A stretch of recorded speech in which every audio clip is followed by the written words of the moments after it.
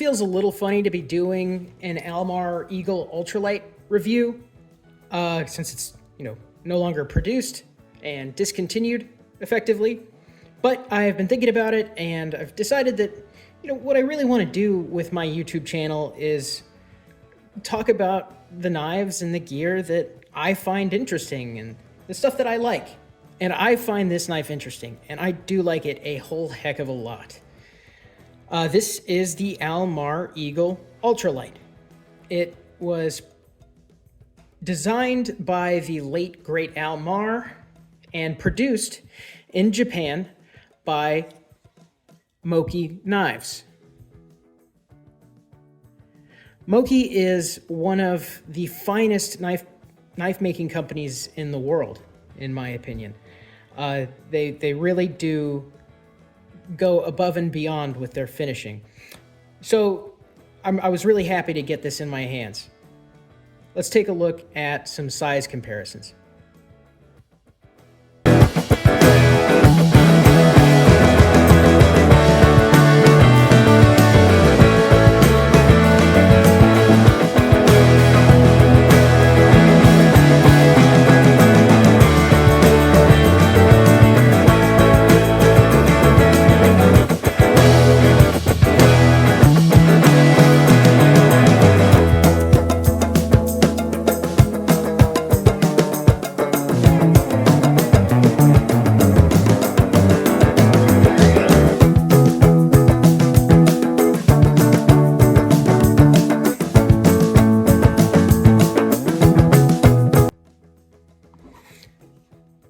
So I really think of the Almar Eagle Ultralight and the Spyderco Endura 4 Lightweight as comparable knives in a lot of ways. They're both very pocketable, very light, very slicey, very comfortable in the hands. Very comfortable in the hands. Where the differences are is the Torx fasteners that come with the Endura 4 Lightweight. It also has PB washers in the pivot and full steel liners. So you get a little bit more durability, I would say, with the Endura 4. You also get that disassemblability with the Torx fasteners.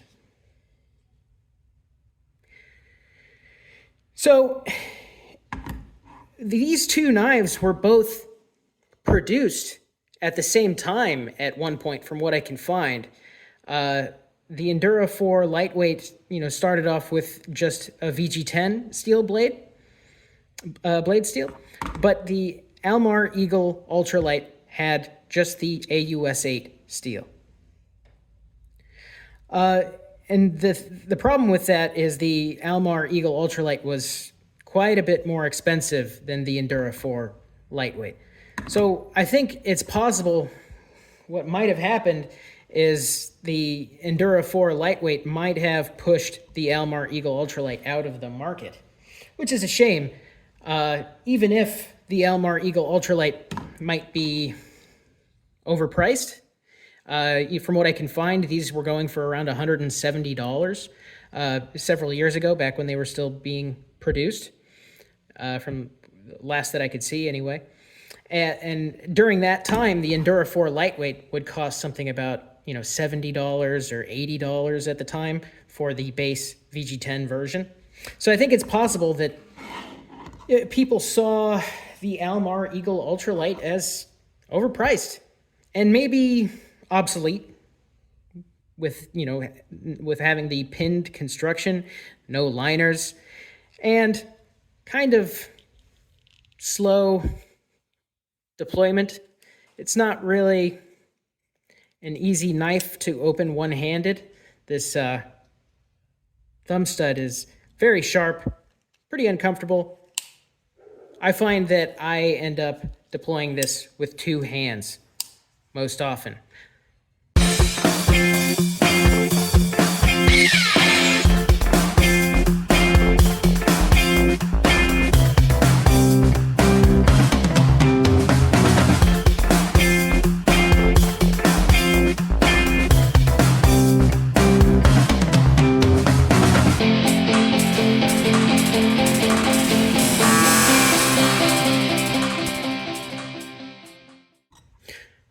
Almar produced a bunch of different versions of this knife with Moki back when they were still making them. They had a slightly smaller version called the Falcon, and then an even smaller version than that called the Hawk.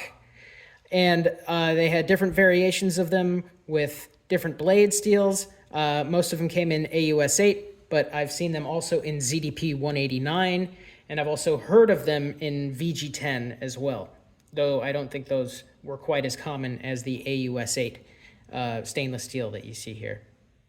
They also had other versions of it with a different blade grind. It had more of a swedged saber grind of a much thicker blade. And then they also had other versions that had full exposed steel liner construction. Those were called the heavy duty. Oh yeah, the thicker swedged saber grind was called the Talon grind. So this is the Almar Eagle Ultralight because it has the full flat grind and no steel liners at all. If they had other versions that could be called Talon if it had the swedged saber grind, and heavy duty if it had the steel liners. They also had other versions of these with, different thumb studs. The thumb studs that you see here are sort of like a flat plateau with like a knurling texture on them. These are, I think they're the older style thumb studs, but they are not comfortable at all. The other thumb stud style that I've seen sort of looked more like this. It was kind of had a slope, a stepped slope to the thumb stud. This is an Almar designed Kershaw called the AM4, by the way. But yes, I have the less comfortable thumb studs here on this version of the Almar Eagle Ultralight. I've also seen them with, better action too. I think maybe the newer versions might have had washers in the pivot so that you could sort of flick it kind of like you can with a Delica or an Endura. But this specific specimen that I have here is very much a slow roller. So here's some specs for the knife. It is about 9 inches from tip to tail there. It has a 4-inch blade with about a 3.5-inch cutting edge. It comes in at about 5 inches closed, just under 5 inches, I'd say. And the widest point of the handle from here to here, that's about 1.25 inches. The handle thickness is about 3/8 of an inch, so under half an inch. So it is very, very pocketable despite its length. It really is slim in the pocket. And the blade comes in at about 98 thousandths of an inch, so under 100 thousandths. Very thin, and that it leads to a behind the edge thinness that it's paper thin right behind the edge. It's one of the thinnest knives that I've ever seen behind the edge. It also, the weight is about 2.5 ounces. For comparison, the Endura 4 lightweight is about 3.5 ounces. So it's, a whole ounce lighter than the Endura 4 lightweight. And it has slightly thinner blade stock as well. And I'd say it probably, it definitely comes down to a thinner behind the edge thickness. So a bit slicier. So even though we can't get an Almar branded knife made by Moki anymore, thankfully Moki has stepped in and given us a knife that is approximately similar under their own brand name. This is the Moki Large Kronos. Almar produced versions of the Falcon, Eagle, and Hawk a lot like this Moki Kronos here with the jigged bone and the brushed steel bolster. So I'm grateful that Moki still does this for those of us that are fixated on this style of knife, even though Almar no longer makes it with Moki anymore.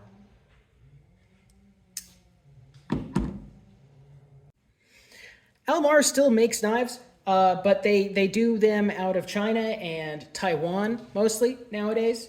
The one that I've tried is this Kershaw branded Almar collaboration called the Kershaw AM4. It is an assisted flipper with a swedged hollow grind of 8CR13 MOV stainless steel, and it also has a steel frame lock. I found this for $33 on eBay, and I like it quite a bit actually. I think that's a great deal. If you're interested in Almar's design language, I'd say, hey, give it a shot. I think the Almar Eagle Ultralight is one of the most comfortable knives in hand. It's very neutral.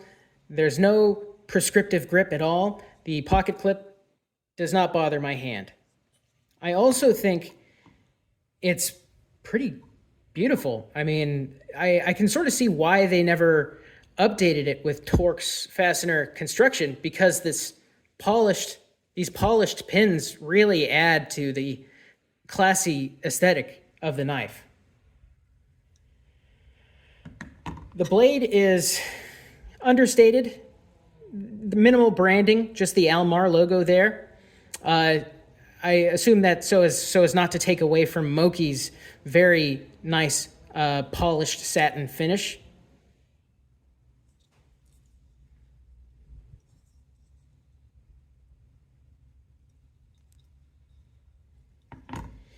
The shape of the blade, it's a drop point, I would say. That's probably what I'd call it, a drop point. It's pretty versatile shape. It has this nice pointy piercing tip. I'll draw comparison with the Endura there. The tip of the Endura has this downward slope at the tip so as to make the tip a little bit stronger, a little more durable so it won't snap. So that may be one of the downsides of the Almar Eagle Ultralight, is that tip might not be very durable. But, you know, depending on your use case, you may like that. I wouldn't really consider the Almar Eagle Ultralight as a hard use folder at all. I think actually it's a pretty delicate knife, really, considering it doesn't have any liners, it doesn't have any adjustability. This is really meant for more delicate EDC style tasks. And I think it fits that role really well, considering how pocketable it is and comfortable in the hand. If you're looking for more of a hard use folder from Almar, you might want to look at one of the Eagle Talon with the full steel liners. So the Eagle Talon Heavy Duty, I guess, would be the one you'd want to look for. That one would be more of a durable, hard use folder. So what is AUS8 stainless steel? AUS8's like an ingot formed stainless steel, pretty at the bottom of the list, really, for most people. They don't really consider it very premium nowadays. I did a sisal rope edge retention test with the AUS8 here. And when I was looking into AUS8, I found that AUS8 is actually pretty much identical to 8CR13 MOV. The only differences being that they're produced in different countries by different companies. But the ingredients of both of these steels are exactly the same. So if you've seen my edge retention test that I did on the 8CR13 MOV Spyderco Astute, I was pretty impressed with those results. I think it got 260 or 280 cuts of the sisal rope before it would tear the paper. So my hypothesis was that the AUS8 here would perform about as well. Let's take a look and see.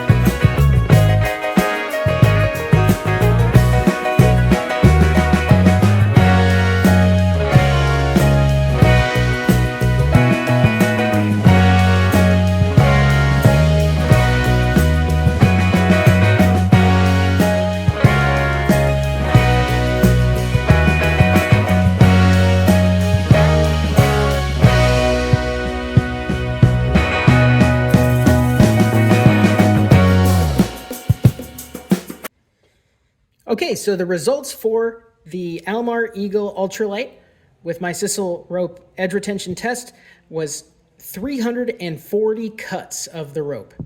So that's a little bit better than the 8CR13 MOV of the Spyderco Astute. What could be the difference between the two? Maybe the Almar Eagle Ultralight is just a tiny bit thinner behind the edge. They both had an 18-degree, mirror polished edge that I put on them with my KME fixed angle sharpening system. So I don't think it was the edge itself that was the difference. I would probably assume geometry mostly would cause the difference in the result of the tests. But it might also be the process of how those steels are manufactured, how they are produced. Even though they have the same ingredients, it might come down to the process that they use to form those steels. Otherwise, it could be heat treat. Maybe the Almar Eagle Ultralight here is produced or is heat treated and hardened a bit harder than the Spyderco Astute was. I don't see the Spyderco Astute and 8CR13 MOV. I don't see that as being heat treated poorly though, because it performed pretty well in my opinion. This just performed better somehow. So if you have any theories as to why this performed so much better, let me know what you think. I thought I might just say a little bit more about my sisal rope edge retention test. I use this 1/2-inch thick sisal rope. I've seen other testers use 3/8-inch sisal rope. So this is a little thicker. So it's probably different it's a different variable to keep in mind here.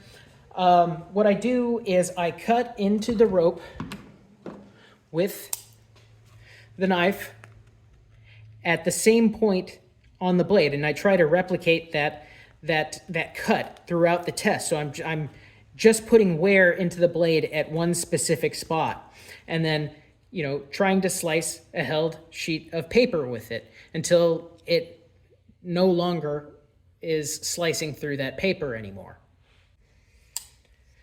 So, to give my final thoughts on the Almar Eagle Ultralight, I'm happy to have this knife. I think it's beautiful. I see its flaws. I see the pinned construction. I see the lack of really fun action.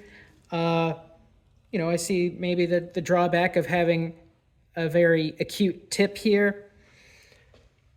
But I still love this thing. I think it's finished to just such a high level that I miss being able to buy knives like this at retailers. I really wish that Almar would go back to Moki and start making some more again, and some more of the premium versions of it with the jigged bone would be nice, and better steel options, maybe VG10 or ZDP 189 again. Moki is one of my personal favorite knife producing companies. This is the Moki Blackiston's Fish Owl. This is the Moki Zephyr, I think. And both of these are pretty simple knives. This really gives you an idea of what Moki does. This is just an injection molded handle on this Zephyr here with AUS 8 blade steel. But it's also one of the most comfortable handles that I've ever known on a folding knife. It's ridiculous how well they work with materials that otherwise, wouldn't get anybody excited. And just how nicely everything is finished.